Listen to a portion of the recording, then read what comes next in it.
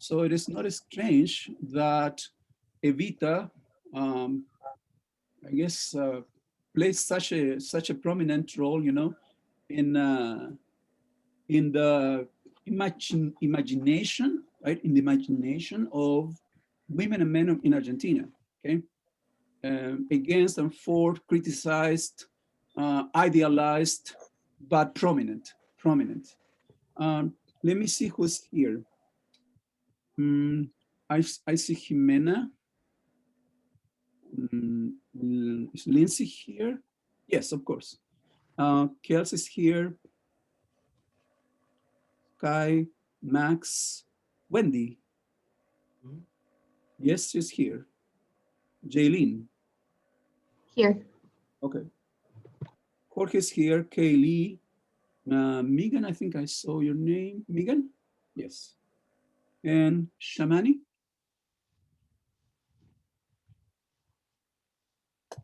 Okay, so I said for those who got late to the class session that I was starting talking about this prominent figure, Evita Peron in Argentina. And then that we would proceed to do our presentations for today. Actually, I forgot, but just a sec. I need to start the session about all yours by going over the previous chapters. Okay, just the previous chapters, and then I'll let Lindsay take over. It'll take me just a couple of minutes. I will not linger, okay? I promise. So please go to chapter 13. Please, chapter 13 is page 61. So because Lindsay will start at chapter 16, correct? Yes. Okay, thanks. So I'll go briefly over these three chapters so that you can begin. Chapter 13 then is again a police report. It's simply a police report. And again, we have, in this case, what is it? It's photocopies that Ines had, and she was highlighting some of the most important moments for her.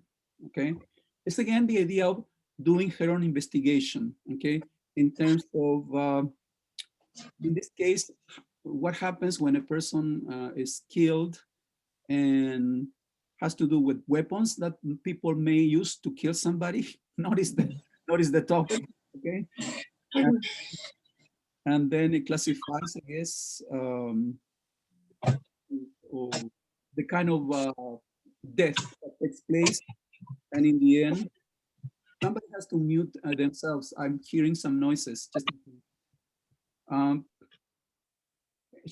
the chapter ends when she classifies the death of Alicia as a falling, okay, falling, which is good news because as that's not something that implies intention, okay, intention, criminal intention. Page, I'm sorry, chapter 14. Ines goes back home and is stressing out because the situation is uncertain, right? But she turns on the TV and she sees that they are telling that this person is missing. Her parents, Alicia's parents, are prominent people in the country. They are lawyers or they are well-known people. Therefore, the case has made the news, okay? And she decides that she has to go to the office of Ernesto and tell him what is happening, that they are saying on TV that Alicia is a missing person, which is important, missing person. They don't know where her whereabouts. When she goes over to the office, she finds Ernesto talking to the dark-haired girl, Shadow. And they have a very short exchange of words.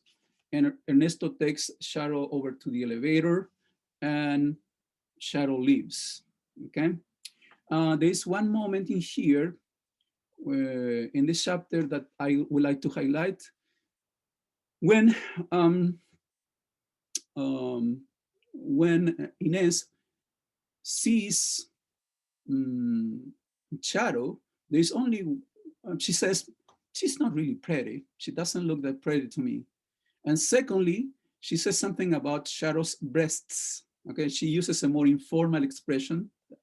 And it's like, that's the disturbing piece about Shadow, okay? That her breasts imply a strong sexual appeal and attraction.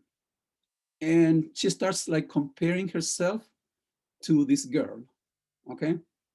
She's like fixated, Ines, on Shadow's breasts. I think this is an important moment in the chapter. Chapter 15. Again, we have a phone conversation. And again, we have Paula and Lali. Paula is Lali's friend. They are talking. What are they talking about? Well, Lali tells Paula that she found letters of this girl who then is her dad's mistress. And so she knows now, okay, that something is happening. And what she really dislikes is that her parents are behaving like nothing is happening.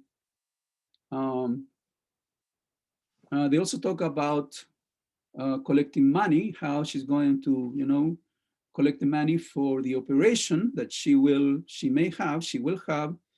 And at the end of the chapter, she's still undecided as to what will be her decision about the operation. But so the moment that I should highlight here again is that now we readers know that Lali has found out what is happening with, her father, and I realized that I was asking Kaylee the wrong question at the end of her presentation, because I went, to this chapter when I was asking you about what is it that Lali says. Does she say that her dad is involved with a woman? Something like that, okay? And the answer was, of course, no, she says a girl, okay? So sorry about that, okay? My apologies. But for me, that was important, because when Lali says girl, okay, girl, it's like she suspects, she in her mind, right, as a teenager, but at the same time, why is she not saying woman right away, okay, right off the bat? I thought this is a clue, okay? This is a clue for the reader. But of course, the reader will dismiss it maybe because they are not very, they don't know what is coming after. But I do, because I've read this fiction, right, piece. So I'm putting all these little details together as to what will come next, okay? So we have a crime. We have a person who acts by accident kills somebody. And we have the main character, who is a woman here, who so far, guys, what I think, she's nuts, okay? Just simply said it. But the beauty of the novel is, what kind of craziness do we have, and how does this madness, okay, will develop? How does it develop? Okay, how does it unfold? What will happen next? That's the beauty of a crime novel, right? That the reader will go, well, wow, this is awful, but what is coming next? What can she do? What are these characters going to do? Oh, this is messy, but what else, right? Exactly, the whole family is crazy up to extent. Although, I really feel like Lali, I feel for Lali. I feel for Lali. Okay, sorry, no more words from me. But I just wanted to give you my impression about, or excitement about the narrative and what is going on. Okay, it's like watching a movie or a show, a crime show. So Lindsay, you have your time. Thank you. Thank you. So I read chapter 16 through 18, and that is on page 71. So the beginning of the chapter is in Ernesto's office, or the building where his office is. And he is walking with Charo out to the exit. And Charo goes into the elevator and she gives him this dirty look at him, like he did something wrong. And then he realized that he's in even more trouble because Inez is at his office. And he knows that she knows because he saw her when she got in her car when she left the scene of the crime. But Inez has an alibi that she said, that she practiced, that she and her husband were watching a movie, Psycho, at 10 o'clock at night, and then after that they had sex or something like that. And that is Inez's alibi. But before, sorry, I'm out of order. Sorry about that. So he's like, he will do what Inez, to keep Inez happy, not happy, but satisfied, so that she doesn't tell the police what happened. So he includes her in his plan of the murder. And then we learn that Ernesto lusts for Charo. Like, he doesn't just love her, he wants her. And we find out that the reason why Alicia wrote the true love letter with lipstick was because she thought she was getting an airplane ticket to Brazil with Ernesto. But it turns out that A. Soria is Amparo Soria, which is Charo, Alicia's niece, which was a pretty big twist.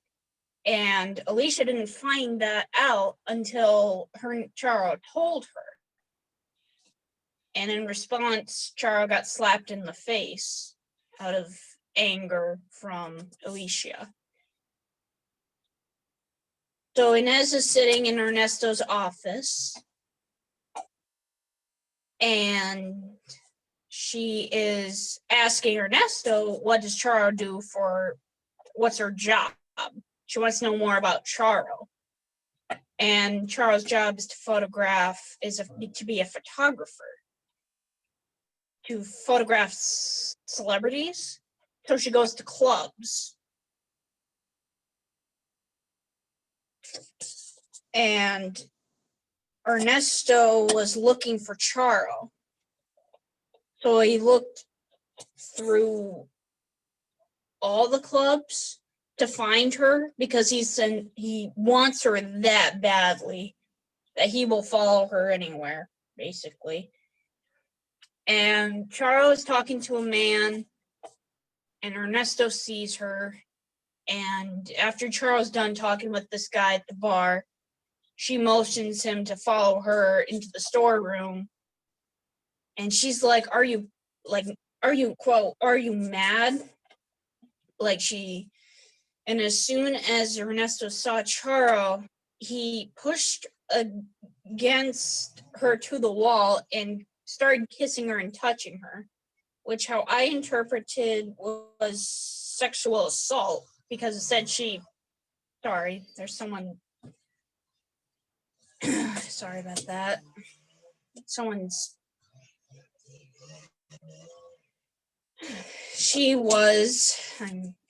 I apologize.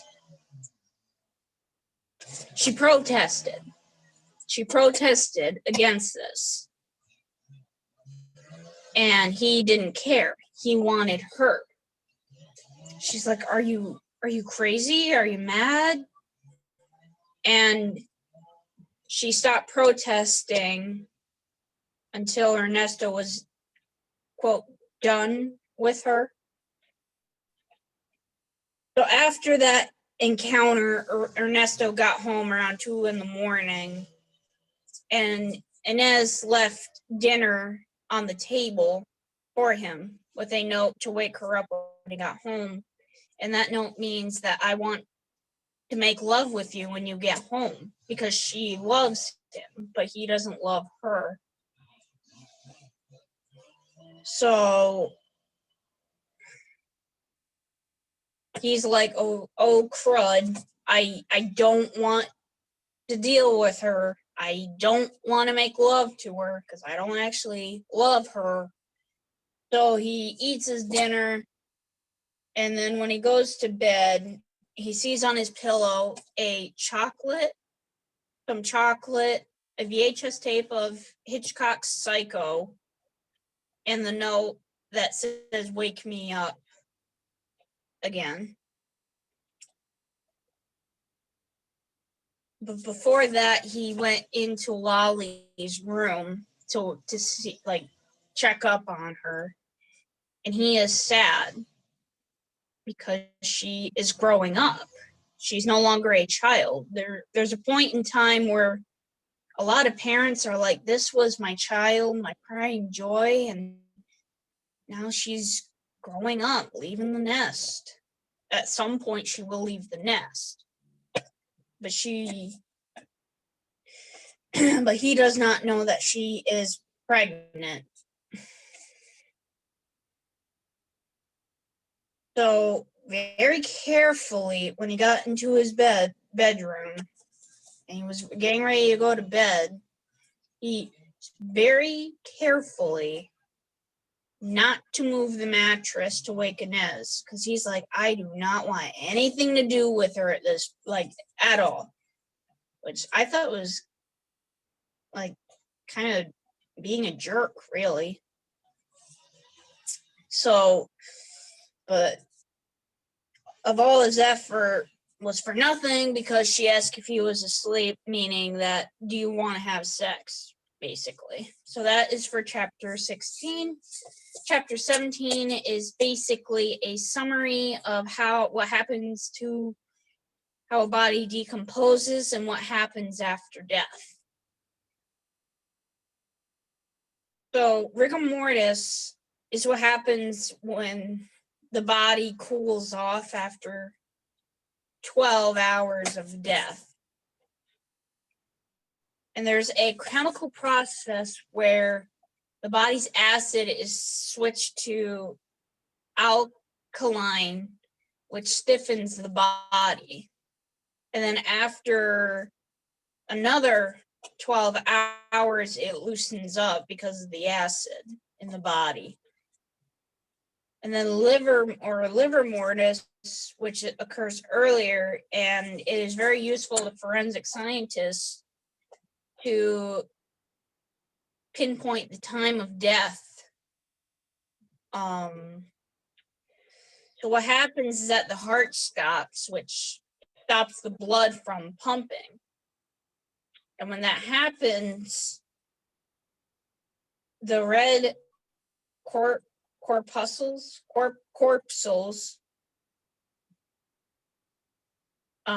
due to gravity, it causes it to settle to the lower parts of the body. And when this happens, the areas where the corpuscles fall, they discolor. They turn into a purplish color because there's no blood pumping, there's no oxygen running through. But unless caused by poisoning or cyanide, those areas instead turn purple will turn pink. Or if carbon monoxide poisoning occurred, they would turn red. So then it explains how the body decomposes. And according to the Medical Journal of Mexico, in warm, dry conditions, the tissue dries out instead of decompose. So the body basically shrinks, but the feature is still identifiable even though after long periods of time, because there's no air going through.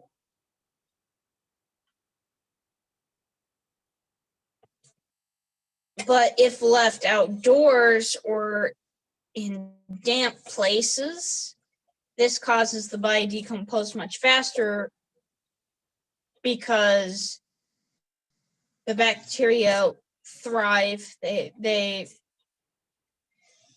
live in warm, damp conditions, which causes the bacteria to basically decompose the body. But for corpses found in the water, in order for coroners or forensic scientists to determine cause of death, they would look into the deceased's lungs to see if they're filled with water or not. Because if they're not filled with water, that means they were dead before they hit the water. So after the body is thrown in the water, rigor mortis is more intense in the water because it is cold, a lot colder. And then the skin turns white, wrinkled, and for a week after the body, after a week the body's been in the water, the abdomen fills with gas, which makes the body float.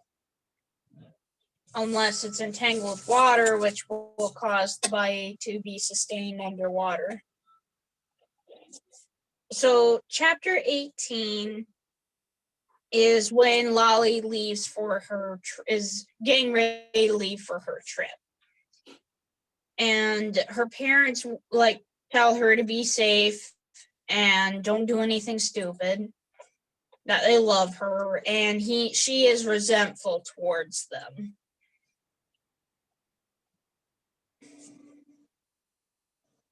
And because they wouldn't give her the I think the reason why they're resentful is because the money for her abortion, but they're not known to that. She asked for money and they wouldn't give it to her. So Ernesto tells Inez that she is just nervous about her trip, to reassure his wife that, she's just nervous. I don't think she's really mad at us. And my two questions are, why is Ernesto including Inez in his plans? And why is Lolly so resentful of Inez and Ernesto? Can you repeat the first one? Why is Ernesto including Inez in his plans, his wife Inez, and the second one is, why is Lolly so resentful of Inez and Ernesto when she leaves? I had a little trouble thinking of questions. I saw the assignment and I'm not very good with, no, never mind. Those are my two questions. I can answer the first one. Oh, go ahead, Megan. Sorry. No Maybe problem. we'll off each other. So for the first one, I think he's including her because he wants to manipulate her to keep her on his side, because he knows that she loves him and she's gonna try to help him, and then he's trying to play her. That's why he said that, like, oh, she was sexually assaulting me, and so he's trying to play her to keep her on his side. So if it ever goes to the police or whatever, she's gonna cooperate with him and ultimately just help himself. I agree with you, Megan, but I also want to say that it's probably because he's so emotionally charged with what happened, that he can also sense that Inez probably has her act together. So he wants her help with that too. So that's probably an underlining reason for that as well. Answer for question number 2, anybody? Probably because she knows about her dad and the other woman, so and seeing their parents acting like nothing's happening. Lindsay? Mm-hmm. One question, Lindsay. Why do for chapter 17? Mm-hmm. Chapter 17. Why do we need this chapter in the novel? What is the purpose, or why having this chapter and all these descriptions? What is the purpose of this?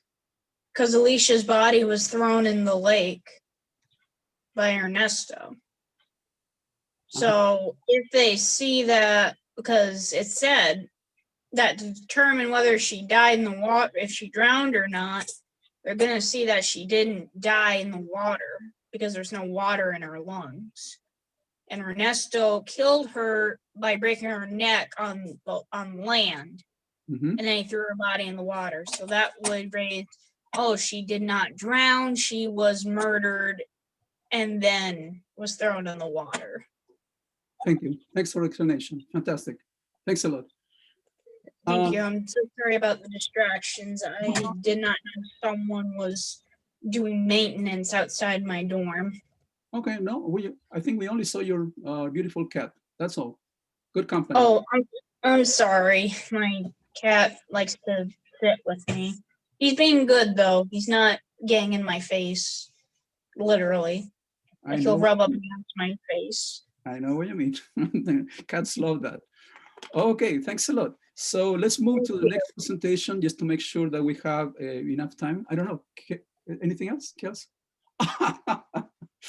Okay, we're having a competition. I just wanted to say I have my cat too. Anybody else with a cat side by side? Great. I'm sorry, I didn't mean to interrupt, Professor. No, that's fun. Thanks for.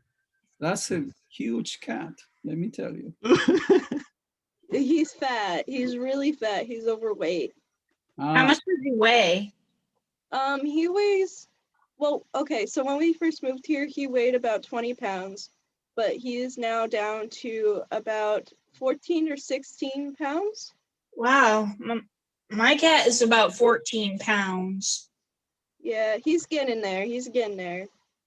Wow. He looks very cute. He looks very fun. Well, thanks for sharing. Let Jorge address his side of the novel then. Jorge. Yeah, about that. I'm doing chapters between 18 and 21 on pages 83 and 94. So at the beginning of chapter 18, you can clearly see the tension between the parents and her daughter, where they know stuff, but they just don't speak about it.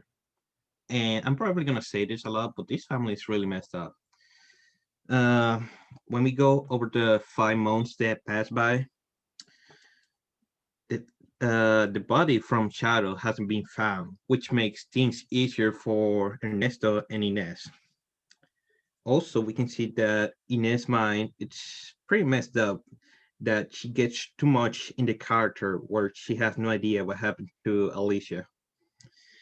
Inez often refers herself as her mother, which I'm gonna assume she passed away since she doesn't show up, at least for now. And this is something we've seen in previous chapters as well, where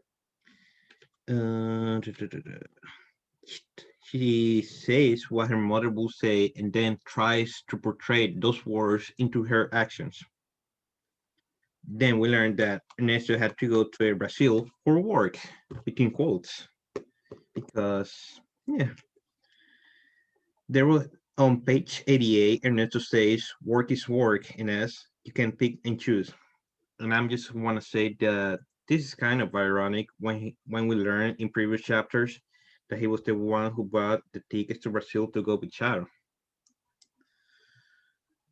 when Inez was helping with packing all the stuff, she just seemed like the very perfect wife for some reason. Even though Ernesto was doing some nasty stuff with other women, know that it's just kind of weird.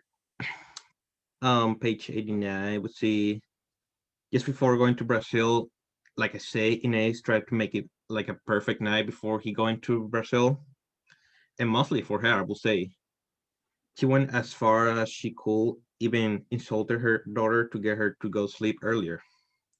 She, and I'm just gonna say, she really wanted to have sex with Ernesto, but we all know she's not the one who he desires. So he makes excuses about it. Going to the end, Inez is seen complaining about the relationship between Ernesto and Lali, although she was the one responsible for the argument the night before. We can clearly tell that Ernesto loves her daughter, unlike her wife. And that's as far as I have. My two questions are: why is Ernesto going to Brazil? And I don't, I don't know if this is really a question, but out of the whole family, who's the most messed up? Please keep going until you finish, and then we come back to the questions, right? Yeah, I'm done over there.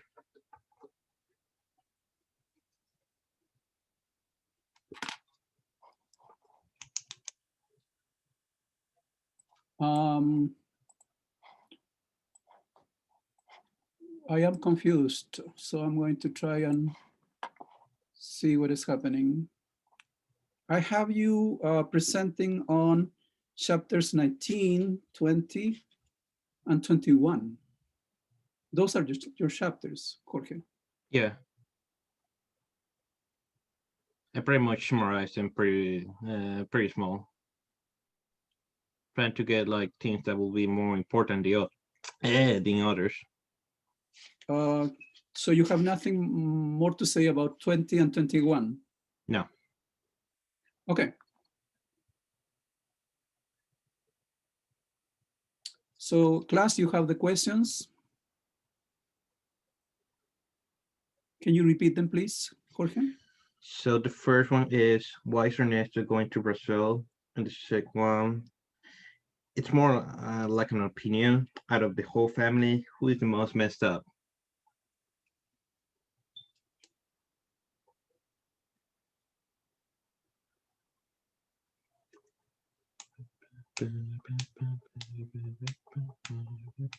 Anybody? For the second question, I guess, um, I don't know if it's fair to say really like who's the most, I guess, mess up. I think it's very like disturbing the fact that the husband was having an affair for 6 years on his family and then started an affair with the niece. I think that's really disturbing. And then he's able to manipulate his wife into helping him while also still lying, while portraying like this really loving family man who sits by his daughter's bed at night. And I think the fact that like somebody can play that part and then have this whole separate life is really disturbing. Mhm. Yeah, divided lives, exactly. Like he compartmentalizes so much his life that his family knows nothing. And probably many, as you're saying, implying, Megan, many people know nothing about what's going on. Though some people must know, okay? And this first one, Why is Ernesto going to Brazil? um, To go on vacation with Alicia's niece, what is it? I forget her name. Let's see. mhm. Is that correct, Jorge? Pretty much. Okay, Because sorry. yeah, because he says work, but we already know he bought tickets to go Brazil with Sharon. So Okay, thanks a lot.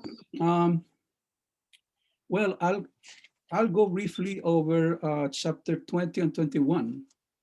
20, let me see if there is something that I find I would like to highlight.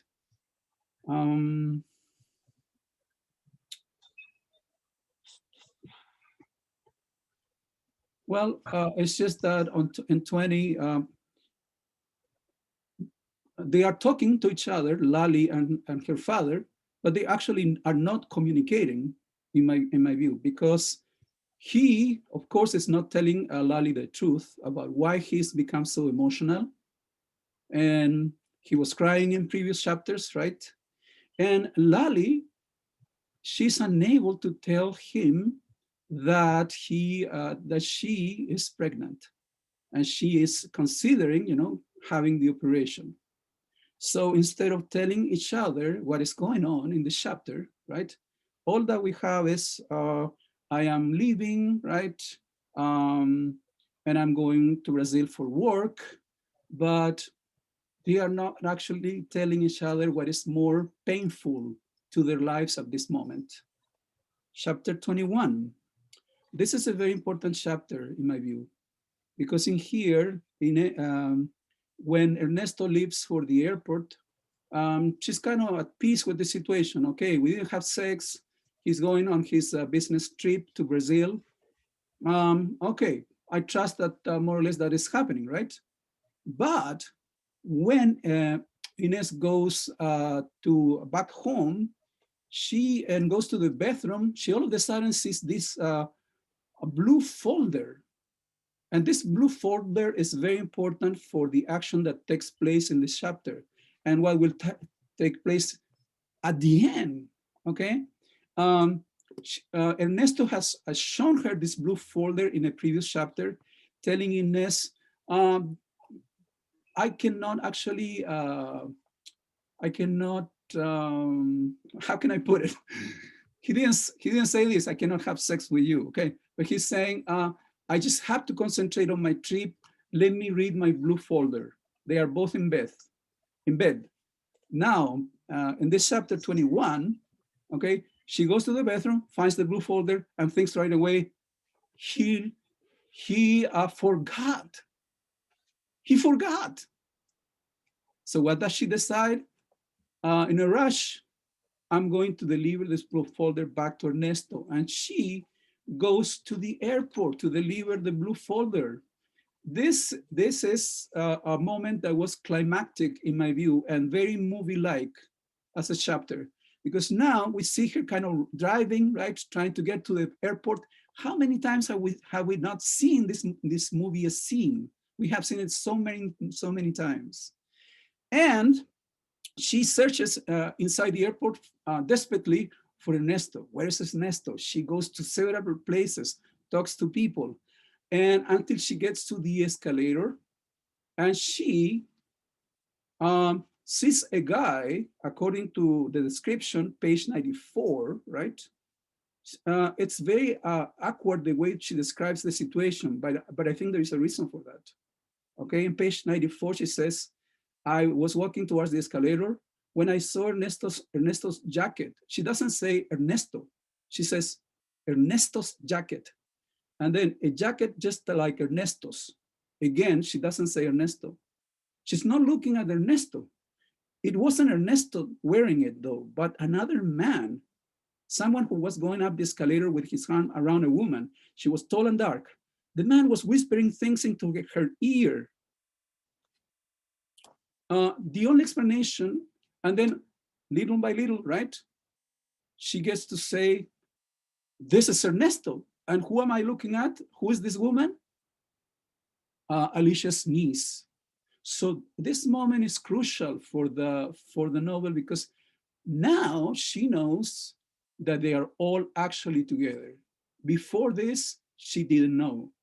And now she starts trying to figuring out, she will have to figure out what is truly happening, okay? But before this chapter, she didn't know. And now this is so shocking to her, looking at the two of them leaving the airport, that she cannot narrate it, to us like straightforwardly, saying, oh, this is Ernesto. Huh? The way she narrates the situation is, I cannot believe it. This is shocking. This cannot be Ernesto. It cannot be Ernesto. I'm looking at the jacket. I'm looking at the jeans. I'm looking at the woman. But this cannot be. So that's my explanation for the way this has been narrated. Okay. Um, okay. And then we have one more presentation by Max. Max, could you do me a favor? Yes. The idea is for you guys to present by saying the two questions at the beginning, okay? And then repeating the questions at the end of your presentation. So that we concentrate first on the questions for a second. Thanks. Well, okay. So my first question is, do you think that Inez in the chapter, I believe it's, see, I know what happens. I'm just trying to separate it by chapter because I had to read all those. In chapter 23, that's right. In chapter 23, Inez goes over all these potential possibilities. She's like, okay, maybe he wasn't really cheating on me. Maybe it was a coincidence. Do you think that her initial thought about it possibly being a coincidence was denial, or that she's actually trying to deduce it and that's just how her brain works? And my other question was, do you think that Lolly in chapter 20 24, do you think that Lolly is I'm sorry, I had it. Do you think that Lolly feels okay, I got it. Why do you think that Lolly goes out of her way to tell this person that she meets, oh, hey, so you want to know the problem? Here's the problem. I'm pregnant. My boyfriend got me pregnant, and now I'm in this huge mess, and it's crazy. So those are my two questions. Please do your presentation. Oh, now I just gotta, okay. So in chapter, so right after she gets home, she has this she just kind of has this epiphany where she's not immediately just reaching and grabbing for grabbing to put away the stuff that she's collected. We see Inez just take a moment for herself, and she grabs the tranquilizers. She's obviously shook over this, even if she doesn't want to really outwardly admit it. She walks around, she has some whiskey, but then eventually she gets down to it, and she has, all these materials that she's collected, all the evidence, and she has to put it away and reevaluate her options, because she still has to protect him, but she still has to protect Ernesto. But even with all of that said, there's still so many problems she's having. She still has to come to terms with this. She's been relatively, in earlier chapters, we've seen her be somewhat unmoving about it. A lot of times, even when she sees the revolver in a previous chapter, or when Ernesto tells her, like, she goes to Ernesto and she's like, oh, it's okay. She basically is thinking to herself, it's okay if you killed her, just tell me so we can get on with it, so I can cover up the evidence. Like, we can tell that she's just been, like, relatively unmoving, even when she first learns that he's like, oh, he's cheating on me. I saw it happen before my eyes, and I saw him kill someone, but, well, maybe it was an accident. It was an accident. Maybe God wanted it that way. We obviously see her kind of just pushing everything off. And in this chapter, we kind of see her just kind of slump down, and she has to think about it. She's like, okay, well, what can I make of what I just saw? Because this is serious. It's, she didn't really see Ernesto be smooching on this girl. She didn't really see that in the previous relationship. She just saw him kill her. So, but in this one, we can tell that it goes a lot more directly to her because she sees them kiss. So in the next chapter, we see her actually planning this out. We see her making a list of possibilities. Okay, the first thing she thinks, like I asked in the question, was, oh, maybe it was just a coincidence. It was just a coincidence. Maybe it could be that, but then she immediately goes on to the second question. She says, okay, I have to be honest with myself, although we're not really certain if she wrote that down to make herself feel better, or if because like she's actually that's just how her brain works, because she says that she wasn't really smart in school. She's like, yeah, I wasn't really the sharpest tool in the shed, but I make diagrams, big deal. So she's like, but she's saying that there's some, she said before that she had real life skills, that she has like applicable skills, while everyone else is very book smart. She's the one that knows, oh, hey, I know how to cover up a murder for a dead body, what are you going to do with your social studies book, So, uh, so the next, so she details the possibilities, and they only kind of get more honest as time goes on. Possibility two, she's like, oh, possibility one is okay, they just happen to run into each other.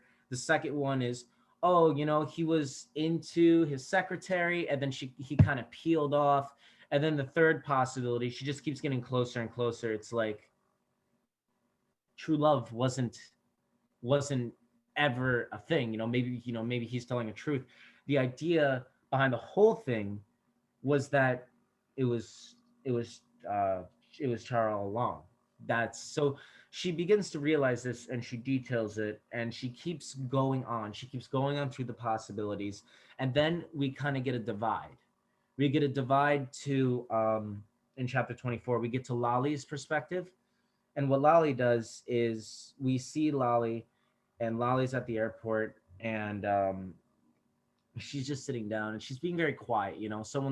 She's having this conversation with this person, and they're like, are you waiting for the bus? And she's like, no. It's like, where are you going? And she's like, I'm not going anywhere. Just it's interesting because in the past chapters, she had just her mother had described her as talking in monosyllables. I believe the term she used was, this was way earlier in the chapters, and to me that means like, yeah, okay, whatever, dude, yeah, cool, like, kind of like teenagers do. But in all of these chapters, most of these chapters at least, I don't believe I've seen a single chapter where she's been like, yeah, kinda. So we can infer that maybe by the ellipses that that's kind of what she's saying. But when she's talking with other people, she's more brutally honest, and we can see that we can, well, not necessarily honest, but she doesn't give them the same discourtesy that she gives her parents, because she's on to her parents. So she thinks of Inez and her father like, oh yeah, mom, whatever. But when she talks with this woman for the first time, she says, I want to get the quote. She says she's pregnant. My boyfriend's done. I'm gonna pull this up. She says, I'm pregnant. My boyfriend's done a runner. My parents don't know. My father's screwing around. He's gone off on holiday with my girlfriend. My mother knows all about it. My mother knows all about it. What page is that? My pages are slightly different. I can tell you, this Chapter? is what? Which chapter? This is chapter 24 about, You don't have that chapter assigned to you, just in case. oh, okay. Okay. So I'm just gonna zip that part up. So, well, I sorry, I had fun with that. I see the chapter. I have a good question for you. I have a good Yeah. question. Could you tell us two questions? Okay, two questions. Chapter. Uh, well, one of the question is, what was she doing? You said she was taking tranquilizers after she went to the airport and found out, right, Mhm. that Charo and Ernesto were living together. What else Mhm. did she do in that chapter? Okay, that was important before she started thinking of all the options. Um, because she Mhm. went to the garage. Let me give you a clue. She went to the garage and she did something. She needed to go to the garage. She takes out the mm, she takes out the brick, but then she puts everything back the way it was. Okay, that's not what I recall. Okay. Um. Okay, my second question is, what does she do at the end and at the end of chapter 23, and why? So it's two questions, I'm sorry. I need to ask the two questions. What does Okay. she do? What does Ines do at the end of chapter 23, Mhm. and why? Okay. At the end of 23, she thinks about. She looks for a public telephone and she calls the police. Why? Yes, you're correct. So that's a very important action, right? Right. Okay, but why?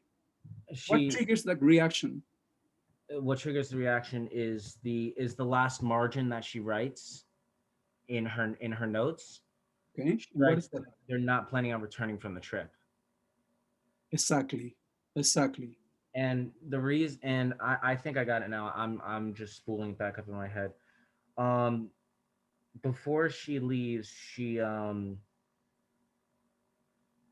leaves the garage with the box and she returns the whiskey and the gloves to the sink and she washes her place with plenty of water. She washes her face with water and she's basically cleaning is what she's doing. She also leaves the gloves in the she leaves the gloves in the sink and I don't think she washes them properly. I think that what you mean? Yeah, well, what I meant was that she goes to the garage and she looks for a toolbox and she gets the photos, the envelopes out of the hole in in the wall and puts the envelopes inside this toolbox. And then she goes and opens the trunk of the car, gets the revolver and puts the revolver inside the toolbox and then takes the toolbox to the house and leaves that, I guess, on top of the sink or at least in the kitchen. Mhm. And then she says, now I can start making, a diagram of the Yeah, situation. because she's gathering all of her. I'm sorry. I do understand what you mean. I kind of brushed that over in my. You're right. Yes, she's gathering all of her evidence so she can like piece like kind of like when people take clipboards and they put pins on them and they put strings connecting. She mentions that too, like a spider web. So she's basically just having all the evidence that she can piece together, like she's looking at all the crime scene information. Right. It's like she's ready to do something with them, but I don't know what. Exactly. I guess that's the explanation. Precisely. Okay. Can we go back to the questions? Can you repeat them, please, so that Yes. My first question is when she first goes to listing out the possibilities, the first possibility that she asks is that she kicks around in her head is the possibility that oh, it was just a coincidence, but then she says she doesn't really believe in coincidences. Do you think this is denial or do you think that this is or do you think this is like denial or do you think she's actually working her way through it and that's just how she finds herself working through it? Do you think she's being all right, do you think she's being thorough or do you think she's in denial? There, I broke it down. And why? Jaylene, what do you think? What do you think?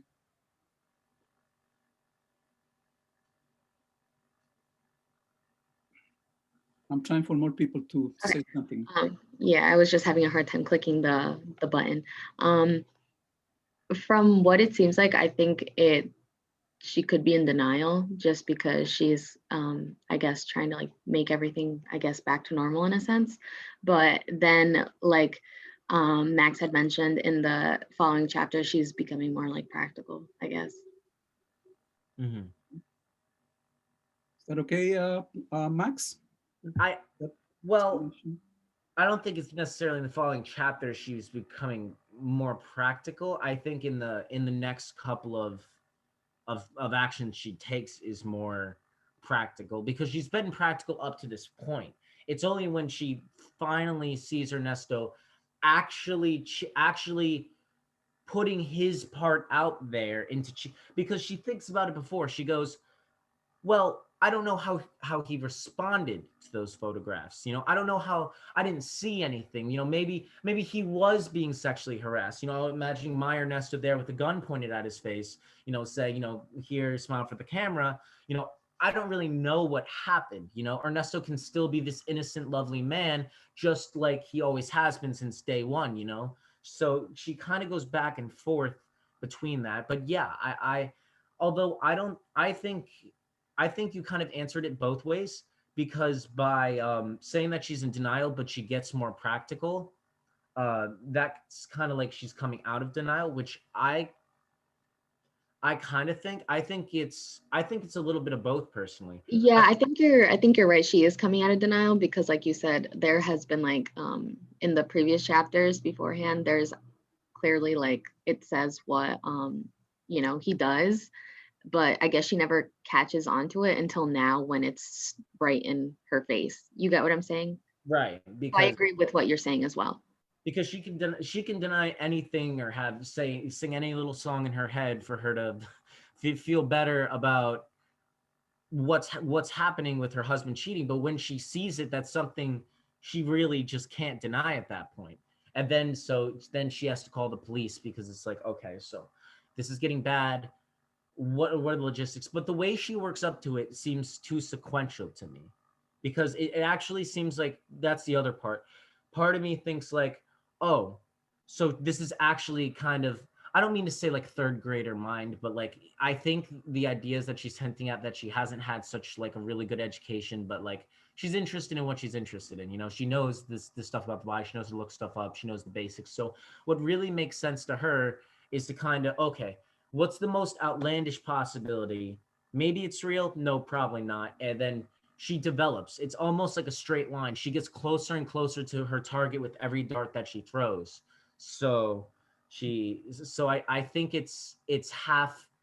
She starts with denial, but then it's just also how her brain works. She has to sequence it because she had to make that chart. You know, it's obviously, they didn't bring up that, oh, you know, I kind of made that chart. That's, you know, it might be a little bit silly, but I think that's an important thing to note as well.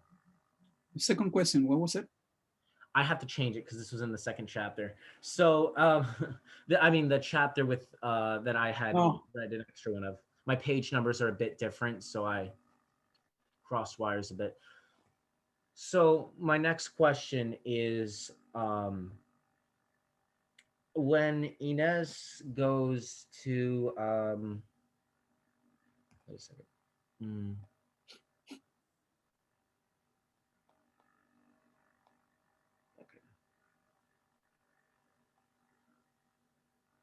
So my next question is,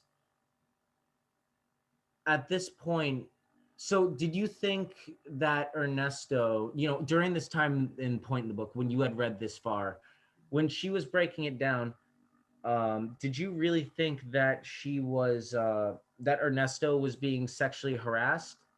Or do you think that, Ernesto was really, you know, I want to say in love with her, but we kind of learned that she's deducing that maybe it wasn't her love all along. So what's your take on it? Because Inez comes to the conclusion that, oh, hey, you know, this is it. It was never true love. It was never her. So do you, at the end of the book, did you agree, at the end of this chapter, when she draws her final conclusion and calls the police, do you think that she was right, or do you think that she was wrong? Did you think that she was, you know, that he was actually being sexually harassed, or? Kels, what do you think? Kels.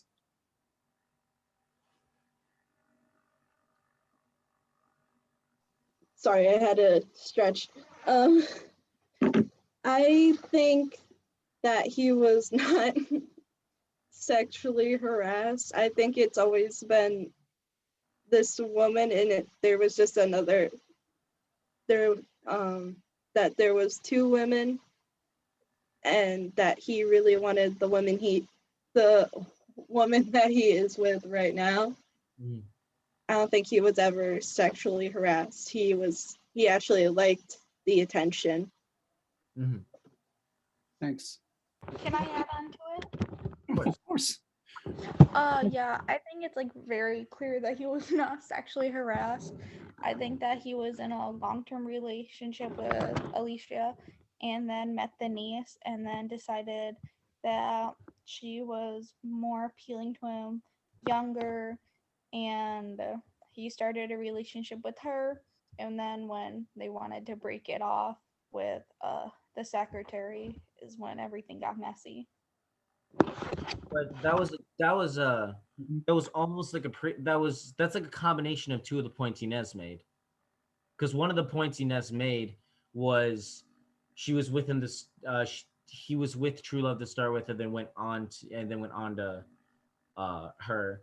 And then part of the last point she made is that there was never true love, is that true love was never the case, but you know it's been like that for a very long time now. So it's kind of, I think that's kind of like both. So I mean, that wasn't the conclusion that she drew, and I kind of like how it differs a lot from person to person. Like when I first when I first saw him piece together the story to her, like saying, "Oh, yeah, she was sexually harassing me. She did this and that." At first, like, I suspended it a bit too, and then it kind of occurred to me more outside the story and more to the author. I'm like, what if the twist goes in the direction that men can be sexually harassed and he's a victim? Not entirely, because obviously there's something else going on, or it's like, all right, no, I never cheated on you, all right, body's never found, story over. But like, so obviously I kind of I knew something else was up, but I was like, what if this initial point was to say about something about like, oh, sexual harassment, because it kind of makes sense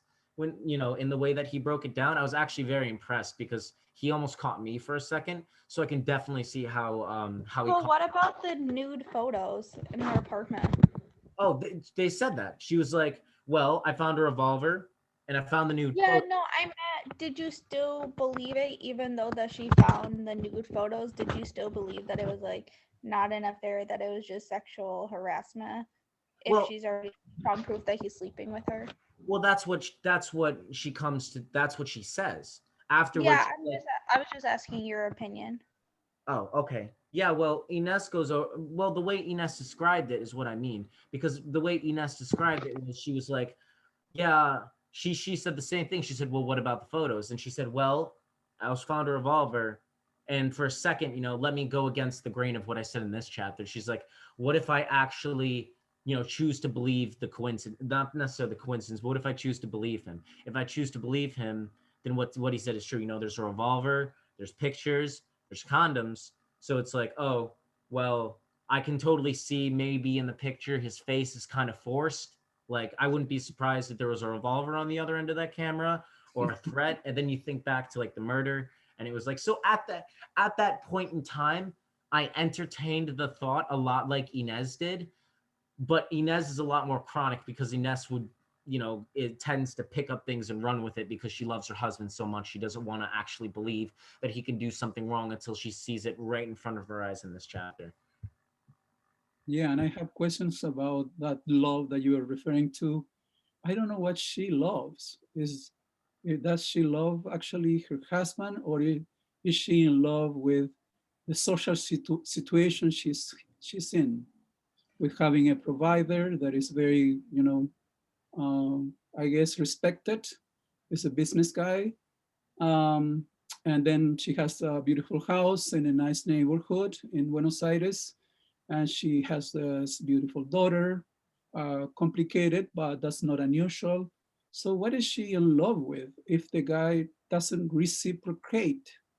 Um, I Mm-hmm. have the question, right? I'm just asking you the question so that we have that question for the entire the novel, the narrative. Okay, not necessarily. I'm not. It's a rhetorical question up to Yeah. extinction.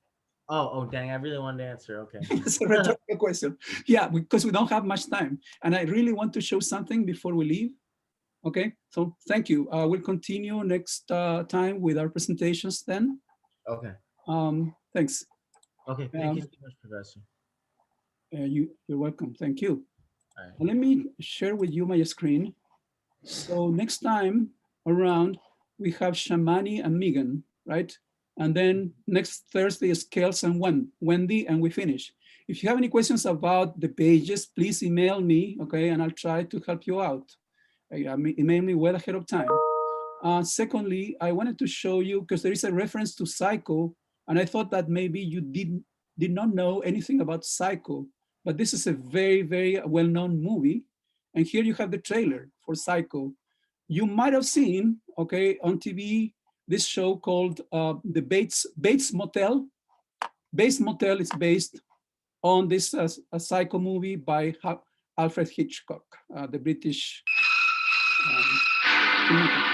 Here we have a quiet little motel, when in fact it has now become known as the scene of the crime. Do you have a vacancy? Oh, we have 12 vacancies. You know, if it's the first place that looks like it's hiding from the world.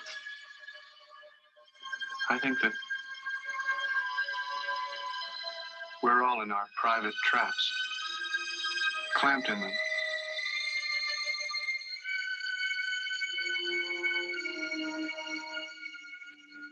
And none of us can ever get out.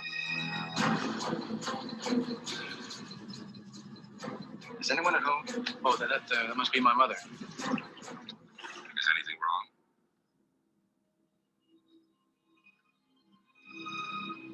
Oh, I saw that one. May I think is there's something wrong? She's not missing so much as she's run away. Put me down. Mother! Oh, God! Mother! What are you running away from? She looked like a wrong one to you. It's not as if she were a maniac.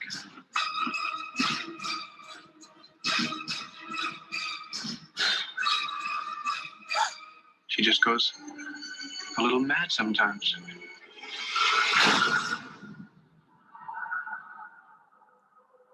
Why, she wouldn't even harm a fly.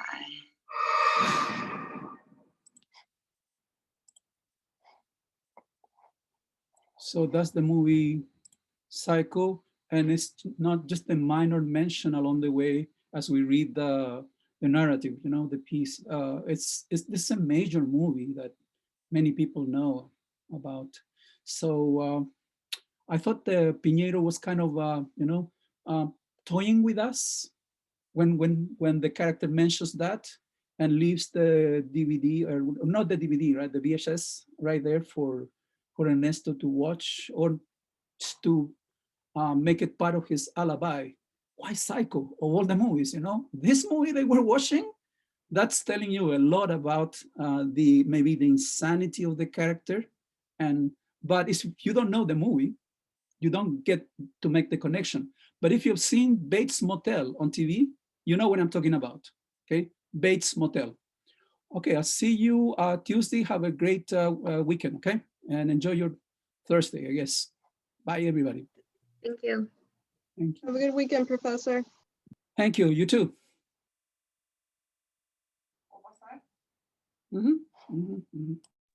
Is the essay that we have to write, is it due tonight at midnight, or was it due yesterday at midnight? Tonight at midnight. But if you submit it tomorrow, it's fine. Tomorrow? Yeah, if you turn it in tomorrow, it's fine with me. All right, thank you. Thank you. Okay, well done. Thank you. I was a little nervous because I probably should have memorized my notes, right? No, it's fine if you have a good guidance and if you're talking to us, you know, that's fine, as long as you keep it going, keep it flowing. Okay. That's fine. Okay, thank you. Okay. Have a good one, Professor. Thank you. Thank you, you too.